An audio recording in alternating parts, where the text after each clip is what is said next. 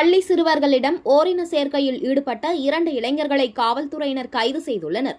சென்னை திருமங்கலம் பகுதியைச் சேர்ந்த 12 வயது சிறுவன் ஒருவன் போதையில் தள்ளாடியபடி வீட்டிற்கு வந்துள்ளான். இதுகுறித்து சிறுவனிடம் அவர்களது பெற்றோர் கேட்டபோதே பல திடுக்கிடும் தகவல்கள் வெளிவந்தது.